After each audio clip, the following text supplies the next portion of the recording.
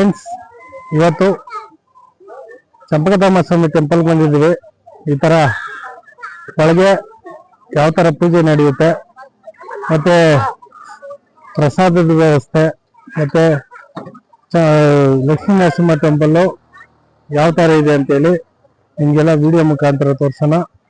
ಇದು ಆನೇಕಲ್ಲಿಂದ ಬನ್ನೇಘಟ್ಟಗೆ 365P ಬಸ್ಸಲ್ಲಿ ಬಂದ್ರೆ ಇಲ್ಲಿ ಡ್ರಾಪ್ ಕೊಡ್ತಾರೆ ಬನ್ನೇಘಟ್ಟ ಬಸ್ ಸ್ಟಾಪ್ ಅಲ್ಲಿ. ಮತ್ತೆ ಮೆಜೆಸ್ಟಿಕ್ ಇಂದ ಆನೇಕಲ್ ಬಸ್ಸು 365 ಅಲ್ಲಿ ಅದ್ರಲ್ಲಿ ಬಂದ್ರೆ ಇಲ್ಲಿ ಸ್ಟಾಪ್ ಇದೆ. ಅಲ್ಲಿ ನಿಂತ್ಕೊಂಡು ಒಂದು 500 ಮೀಟರ್ಸ್ ನಡ್ಕೊಂಡು ಬಂದ್ರೆ ಈ ತರ ಚಂಪಕಧಾಮ ಸ್ವಾಮಿ ಟೆಂಪಲ್ ಮತ್ತೆ ಲಕ್ಷ್ಮೀ ನರಸಿಂಹ ಸ್ವಾಮಿ ಟೆಂಪಲ್ ಸಿಗುತ್ತೆ. ಬನ್ನಿ ಫ್ರೆಂಡ್ಸ್, ನೋಡೋಣ.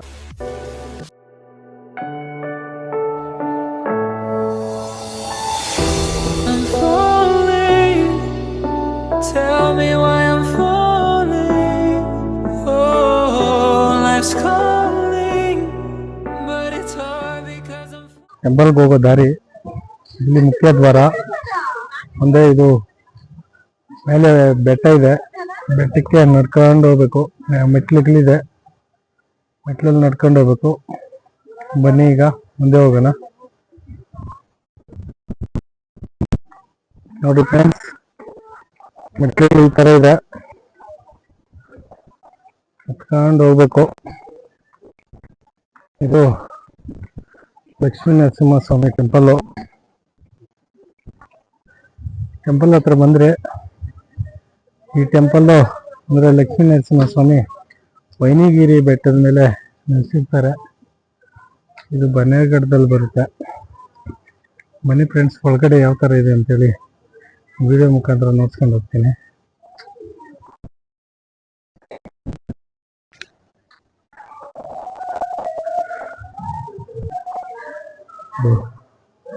ಲಕ್ಷ್ಮೀ ನರಸಿಂಹ ಸ್ವಾಮಿ ಒಳಗಡೆ ಬಂದ್ರೆ ಅಲ್ಲಿದೆ ದೇವರು.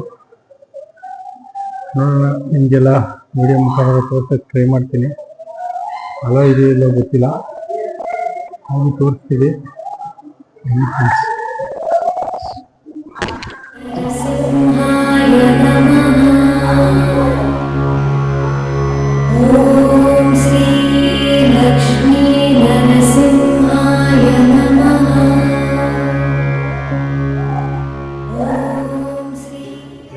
ಮಾಡಿದ್ದೀವಿ, ಚೆನ್ನಾಗಿದೆ.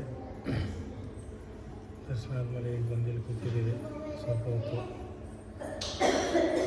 ಆಮೇಲೆ ಇದಾದಮೇಲೆ ನೆಕ್ಸ್ಟು ಬೆಟ್ಟ ಇಳಿದಾದ್ಮೇಲೆ ಚಂಪಕಧಾಮ ಸ್ವಾಮಿ ಟೆಂಪಲ್ ಬರುತ್ತೆ.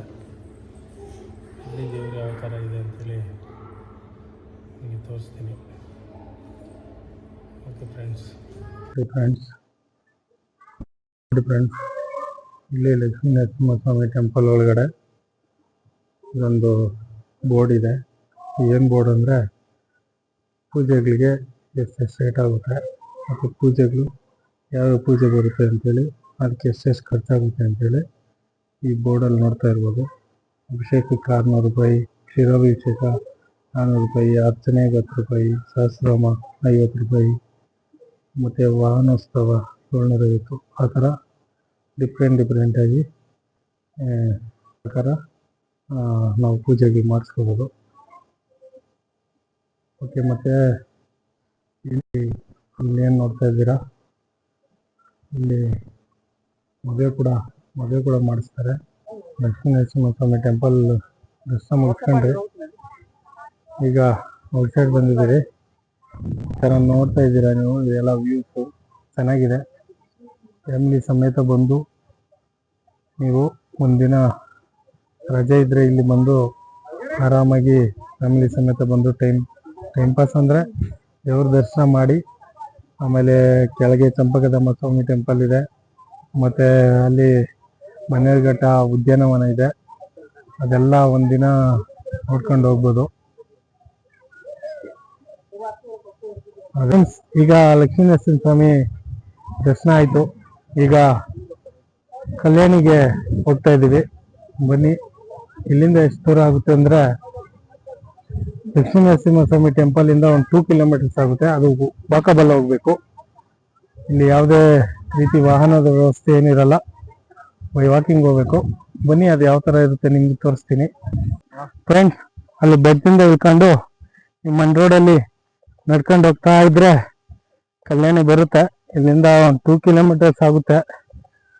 ಅದು ಯಾವ ಥರ ಇದೆ ಅಂತೇಳಿ ನಿಮ್ಗೆ ತೋರಿಸ್ತೀನಿ.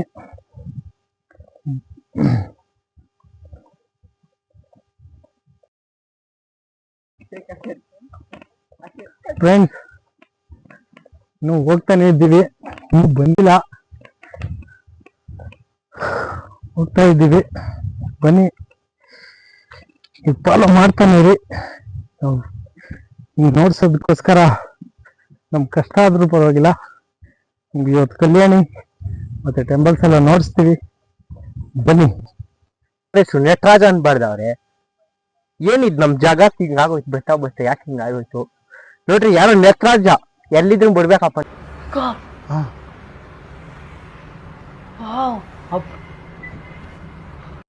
ಇಲ್ಲಿ ಕಲ್ಯಾಣಕ್ಕೆ ಹೋಗೋ ದಾರಿಯಲ್ಲಿ ಈ ಬಂಡೆನಲ್ಲಿ ನೋಡ್ಕೊಂಡು ಹೋಗೋ ಟೈಮಲ್ಲಿ ಇಲ್ಲಿ ಯಾರು ಈ ಬಂಡೆ ಮೇಲೆ ನಟರಾಜ ಅಂತ ಬರ್ದಿದ್ದಾರೆ ಫ್ರೆಂಡ್ಸ್. ಅವ್ರು ಯಾಕೆ ಆ ತರ ಬರ್ದಿದ್ದಾರೆ ಅಂತ ಗೊತ್ತಿಲ್ಲ. ಬುಕ್ ಮೇಲೆ ಬರೀರಿ ಅಂತ ಹೆಸರು ಅಂತ ಇದ್ರೆ ಬಂಡೆ ಮೇಲೆ ಕರೆದಿಕ್ಕಿದ್ದಾರೆ ಫ್ರೆಂಡ್ಸ್. ಅವ್ರಿಗೆ ಏನ್ ಹೇಳೋಣ ಫ್ರೆಂಡ್ಸ್, ಬಂಡೆ ಮೇಲೆ ಬರೆಯೋದಕ್ಕೆ ಎಷ್ಟು ಟೈಮ್ ಎಷ್ಟು ಮತ್ತೆ ಯಾವ ತರ ಬರ್ದೆ ಫ್ರೆಂಡ್ಸ್. ನೋಡಿ ಫ್ರೆಂಡ್ಸ್, ಇದೆಲ್ಲ ಒಳ್ಳೇದಲ್ಲ ಫ್ರೆಂಡ್ಸ್. ನಮ್ಮ ಸಂಸ್ಕೃತಿ ನಾವು ಉಳಿಸಿ ಬೆಳೆಸ್ಬೇಕು ಫ್ರೆಂಡ್ಸ್. ಈ ತರ ಎಲ್ಲ ಬರ್ದ್ರೆ, ಈ ತರ ಎಲ್ಲ ಇದ್ ನೋಡಿದ್ರೆ ಅದೆಲ್ಲ ಚೆನ್ನಾಗಿರಲ್ಲ ಫ್ರೆಂಡ್ಸ್. ಪ್ಲೀಸ್ ಇದೆಲ್ಲ ಮಾಡಕ್ ಹೋಗ್ಬೇಡಿ ಫ್ರೆಂಡ್ಸ್. ನಡೆಯಕ್ ಆಗ್ದಿರ ನನ್ನ ಫ್ರೆಂಡು ಪ್ಲೇಸ್ ತರಿಸ್ತೀನಿ, ಅದು ತರಿಸ್ತೀನಿ, ಇದು ತರಿಸ್ತೀನಿ ಅಂತ ಹೇಳ್ತಾನೆ.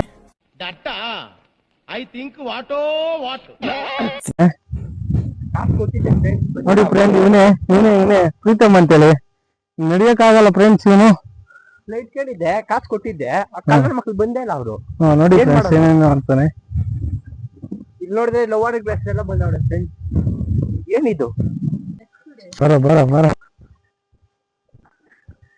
ನೋಡಿ ಫ್ರೆಂಡ್ಸ್, ಜಗತ್ತಾಗ ಇನ್ನೇನೇನಾಗೋಯ್ತು, ಮರದ ಮೇಲೆ ಕೆತ್ತನೆ ಮಾಡಿ ಬಿಸಾಕಾರೆ ಹೆಂಗೆ ನಮ್ಮ ಹುಡುಗರು. ಫ್ರೆಂಡ್ಸ್ ನೋಡಿ ಫ್ರೆಂಡ್ಸ್, ಹೋಯ್ತಾನೆ ಇದ್ದೀವಿ ಕಲ್ಯಾಣಿಗೆ.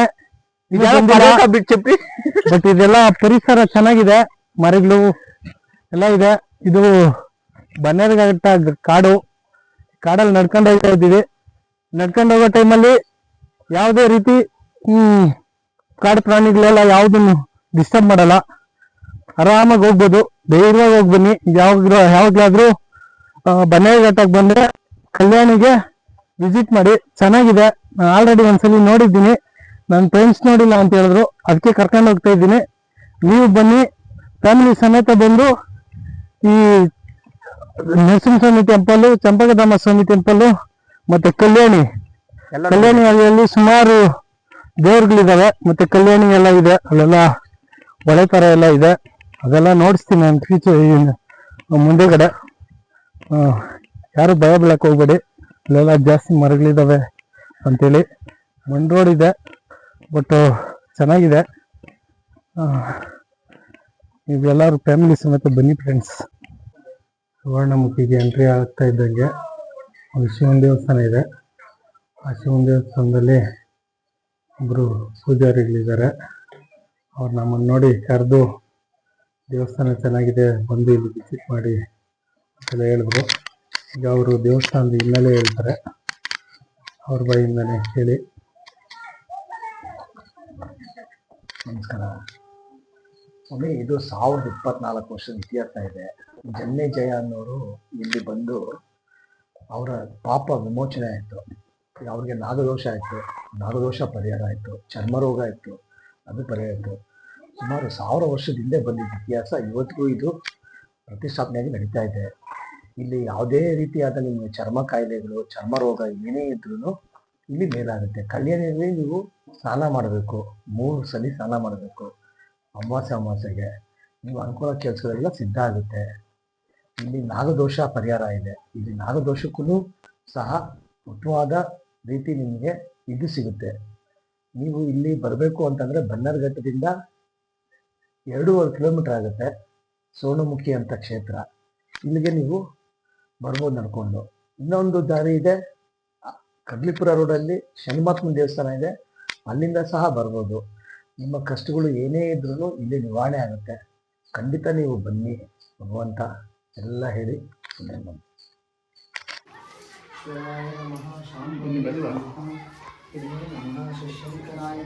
ಬನ್ನಿ ಪರವಾಗಿಲ್ಲ ನಿಂತ್ಕೊಳ್ಳಿ ಬನ್ನಿ.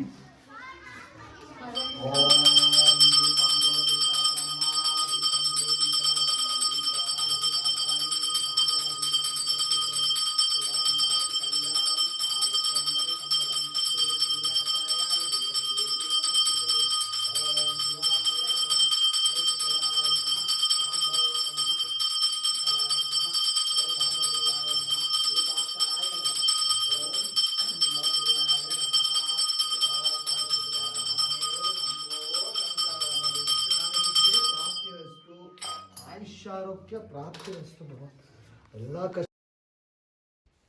ಫ್ರೆಂಡ್ಸ್, ಇದು ನಾಗರಕಲ್ಲು. ಮುಂದೆಗಡೆ ಸುವರ್ಣಮುಖಿ ಇದೆ. ಇಲ್ಲಿ ಬಂದರೆ ಪೂಜೆ ಮಾಡಿಸ್ಕೊಂಡು ಹೋಗ್ಬೋದು. ಫ್ರೆಂಡ್ಸ್ ನೋಡಿ, ಇದೆ ಸುವರ್ಣಮುಖಿ. ಇಲ್ಲಿ ನೋಡ್ತಾ ಇರ್ಬೋದು. ಇದು ಸುವರ್ಣಮುಖಿಗೆ ಬಂದಾಗ ನೀವೆಲ್ಲ ಫ್ಯಾಮಿಲಿ ಎಲ್ಲ ಬಂದಾಗ ಇಲ್ಲಿ ಹುಷಾರಾಗಿ ನೀರಲ್ಲಿ ಇಳಿಬೇಕು, ಜಾರುತ್ತೆ. ಬಟ್ ಅಲ್ಲಿ ಆಂಜನೇಯ ಟೆಂಪಲ್ ಇದೆ.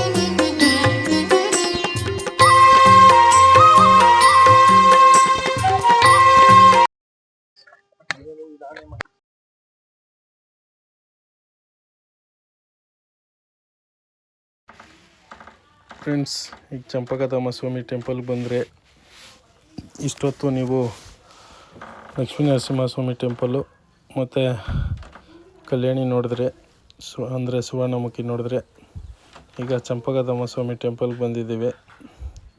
ಇಲ್ಲಿ ಯಾವ ಥರ ಪೂಜೆ ಮಾಡ್ತಾರೆ ಮತ್ತು ಒಳಗೆ ಯಾವ ಥರ ಎಲ್ಲ ಇದೆ ಅಂಥೇಳಿ ನಿಮಗೆ ವಿಡಿಯೋ ಮುಖಾಂತರ ತೋರಿಸ್ತೀನಿ. ಬನ್ನಿ ಫ್ರೆಂಡ್ಸ್.